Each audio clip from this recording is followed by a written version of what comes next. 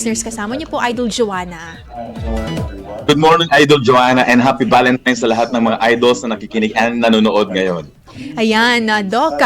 Una ay bigyan natin ng kaliwanagan yung public, no? Kasi hindi lahat merong sapat na alam patungkol po sa ganitong klase ng mga mental health conditions. Unahin natin po, Doc, no? Yung ano nga ba yung pagkakaiba ng stress, ng anxiety, and yun pong depression? Okay, unang-una, Idol Joanna, yung stress kasi, ito yung reaction natin sa kahit anumang threat or danger na na-experience natin. So, gusto ko lang din maliwanagan na ang stress ay dalawang klase yan. Mayroon tayong tinatawag na positibong stress kapag yung isang bagay ay pinalabas yung ating pagiging produktibo, like for example, mayroong upcoming quiz or mayroong inspection sa ating trabaho. And so we prepare ourselves, nire-ready natin lahat yung kailangan natin para maging pumasa or productive tayo. Positive stress ang tawag natin doon. Yun nga lang, kapag nasobrahan din ito, na-prolong din ito, it might result dun sa mga delikadong, mas malalang kondisyon. So, pangalawa naman, Idol Joanna, ay yung ating negative stress or distress, kung saan negatibo yung epekto ng stress sa atin. So, halimbawa nga, yung pagdating ng bisita halimbawa, o yung upcoming na examination, nagiging aligaga na tayo, na-confused na tayo, to the point na mas lalong hindi natin nagampanan yung ating kailangang gawin.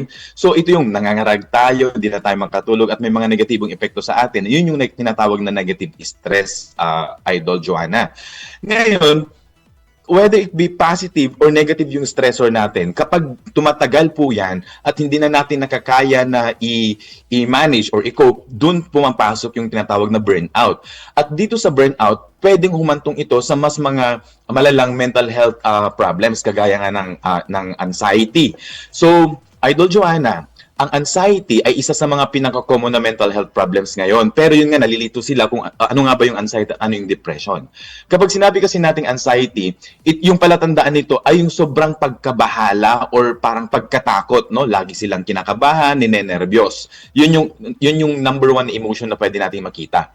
Kung saan naman, yung depression, ito naman yung sobra-sobrang kalungkutan, tumatagal na kalungkutan, na kung minsan, yung nararamdaman ng kalungkutan ay sobra-sobra kumpara doon sa nagkukos. Kumbaga, exaggerated or excessive yung nararamdaman na kalungkutan. So, down yung mood ng tao, malulungkutin sila almost every day or most of the day, no?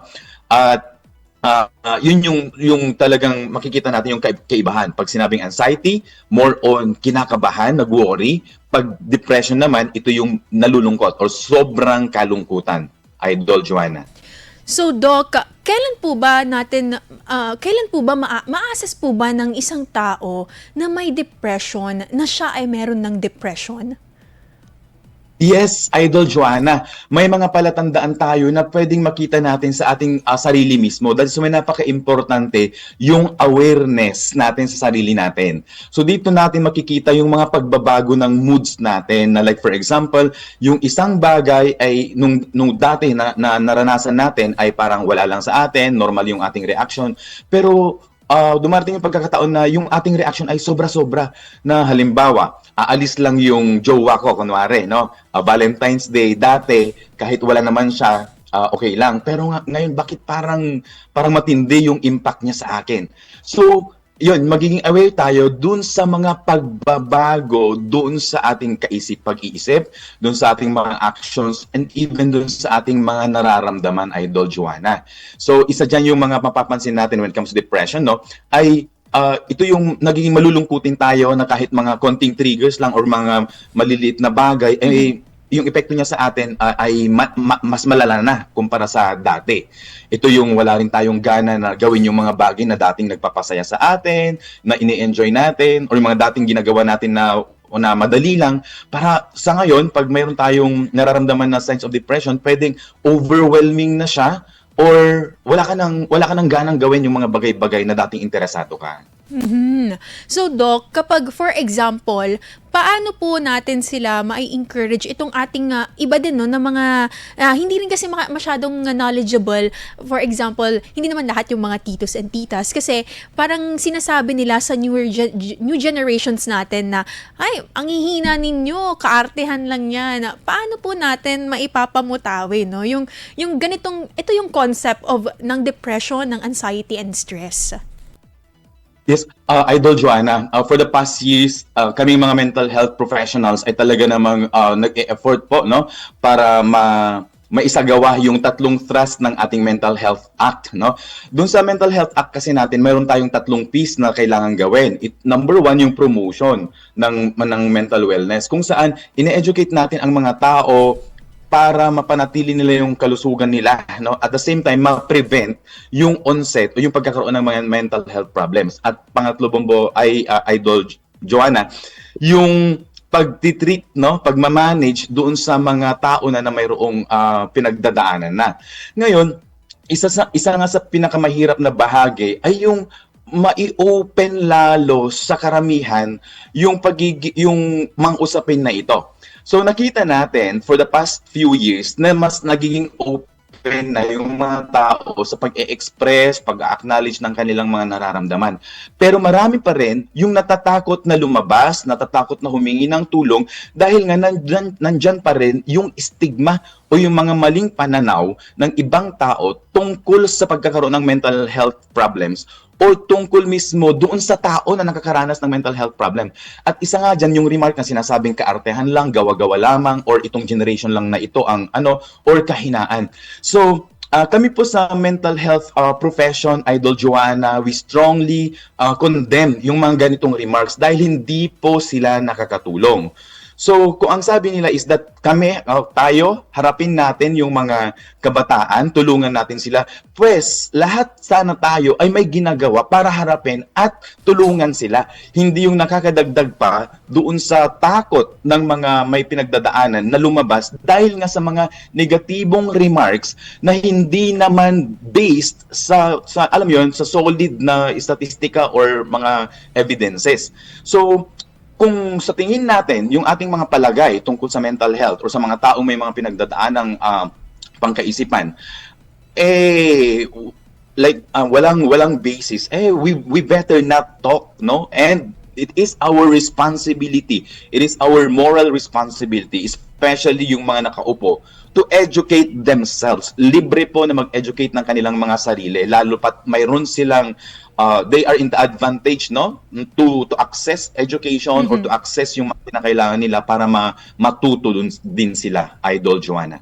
Yes, Doc, no, mapatagdag ko na rin kasi malaki talaga yung papel din ng suporta ng family, the community, and even yung mga nakaupo no, when it comes to this kind of issues. Pero ano ba, so ibig sabihin ano ba yung mga dapat at nararapat na suporta at magawang papel at magampanan po ng pamilya, ng komunidad, and even our government agencies pagdating po sa mga mental health concerns? Idol Joanna, gusto kong atakehin yan from top to bottom, no? So, doon sa ating mga lingkod bayan o sa mga halal na opisyal kagaya ng mga senador, kongresista, ang role nila diyan ay yung policy making, no? So, policy making. And so, and we commend no yung si Senator Risa Hontiveros kasi siya yung primary author noon ng ating Mental Health Act. So, naipasa po natin yung Mental Health Act na yan. So, mayroon na tayong batas. So, ngayon, hindi sapat na may batas lang. Kailangan na mayroong mga specific pa na programa para sa mental health promotion. And so, nakaatas naman ito sa ating DOH at sa ibang departamento ng ating pamahalaan. So, kailangan nilang mas mag-create pa ng mas specific punan yung mga pagkukulang. Kasi totoo nga na mayroon tayong Mental Health Act, mayroon tayong batas, pero kulang na kulang ang mga mental health professionals, Idol Joanna.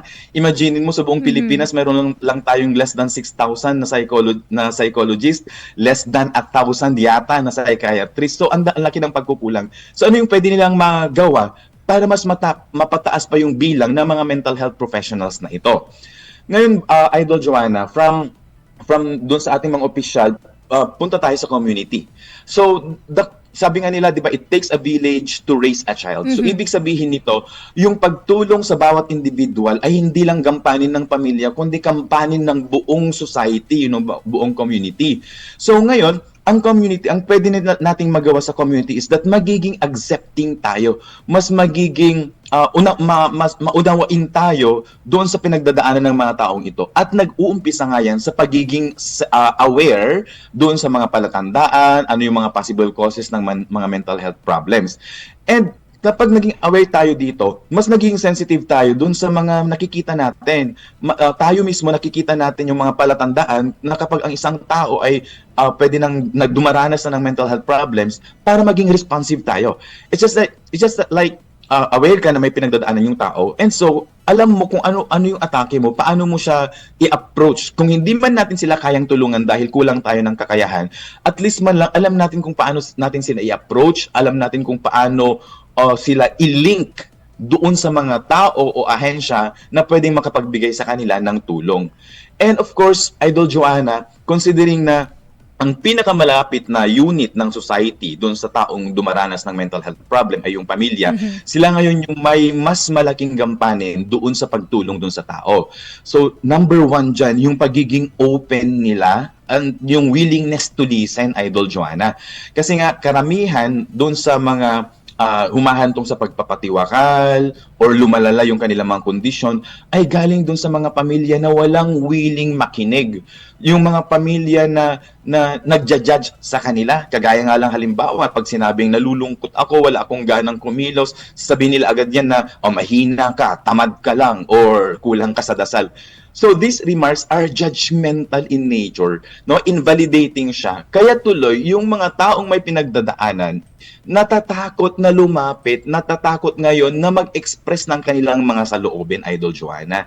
So, ang number one na pwede natin gawin ngayon ay pagkakaroon ng open mind. Yung palawakin natin yung ating mga perspektibo na hindi lang nakapako na tayo dun sa mga maling paniniwala noong panahon pa ng kupong-kupong. Thank you so much, Doc Norly, dyan sa wider idea and knowledge about dyan sa depression, anxiety, and even yung stress na tinatawag natin, no?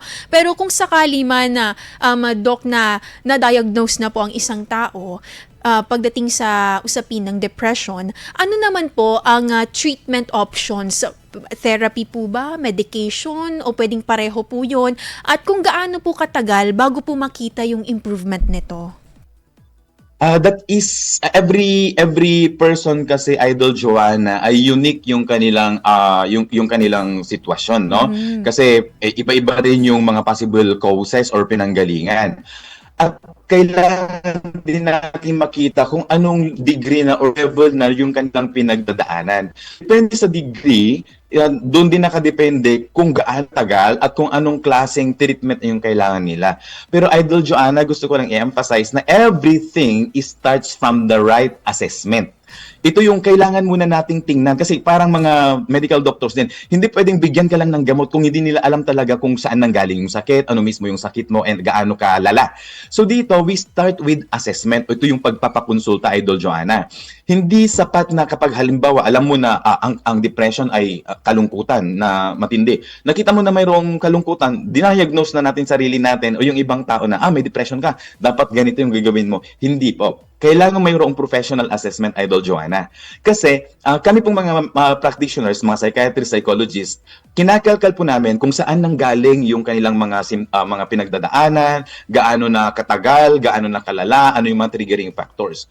So, may iba-ibang level kasi yan. Kapag medyo mild pa lang yung mga simptomas na nakikita natin, Idol Joanna, pwede pa natin siyang daanin sa psychotherapy, counseling, and of course, yung family therapy, kung saan, or community-based pa yung kanilang management na, okay, they can live a normal life, umuwi sila sa kanilang mga tahanan, pero mayroong regular na follow-up sa amin, sa mga mental health professionals.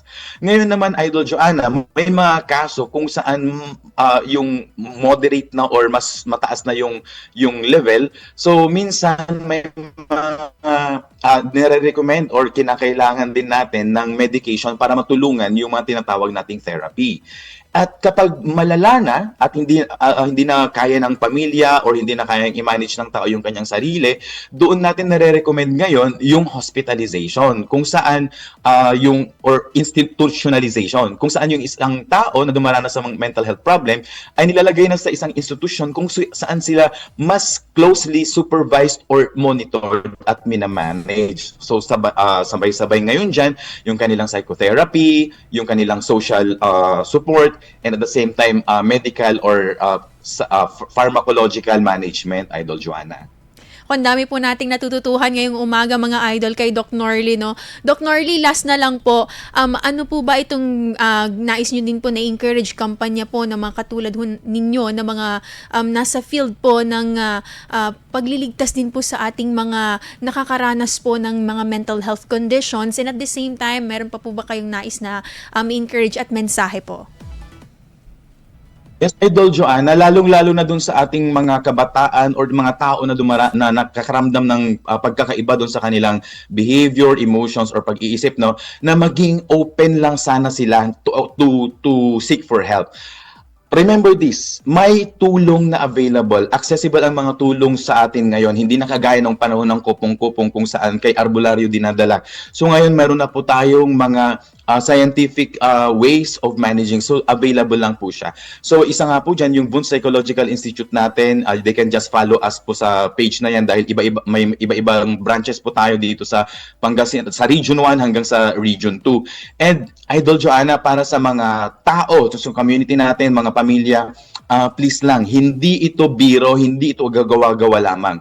Natotoo yung sinasabi natin na it's all in the mind. Nasa isip ng tao yan. At ayaw man nilang isipin yan, gusto man nilang matanggal sa kanilang isipan yan, pero nanatili, intrusive yan. So, sometimes they feel helpless na kahit ayaw nilang isipin, pumapasok pa rin. So kailangan natin yung pagiging open, willing dapat tayong makinig at i-link sila sa mga tao na pwedeng makatulong.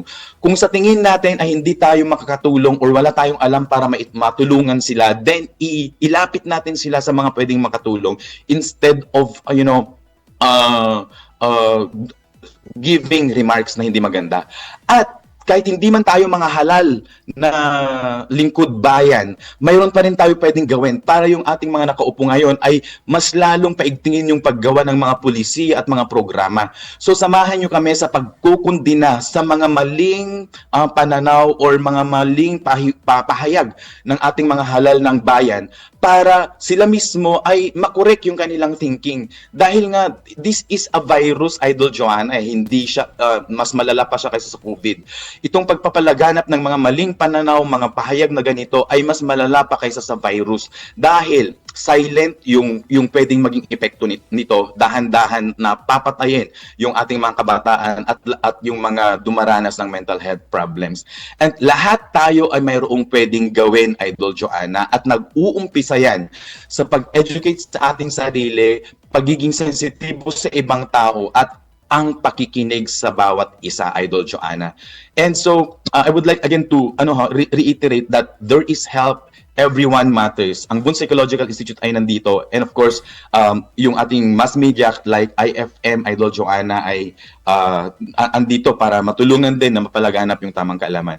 And gusto ko na lang din i-plug, Idol Joanna, no, na along with the JCI Bangus ng Dagupan, ay mayroon tayo ngayong inilulunsad na mental health advocacy and programs sa ating mga komunidad at tinatawag namin ito na CHAMP program. Wow. So abangan po yung ating mga activities sa mga iba't ibang lokalidad, lalong-lalo na mag-uumpisa po tayo dyan sa Dagupan, Idol Joanna. Naku, magandang mag-participate dyan ng ating mga nasa komunidad, Doc Norly Dumenden. Maraming salamat sa fruitful information and knowledge na ibinahagi niyo po ngayong araw na ito. Founder and Director of VANT Psychological Institute, si Doc Norly Dumenden. Maraming salamat at magandang umaga po ulit sa inyo.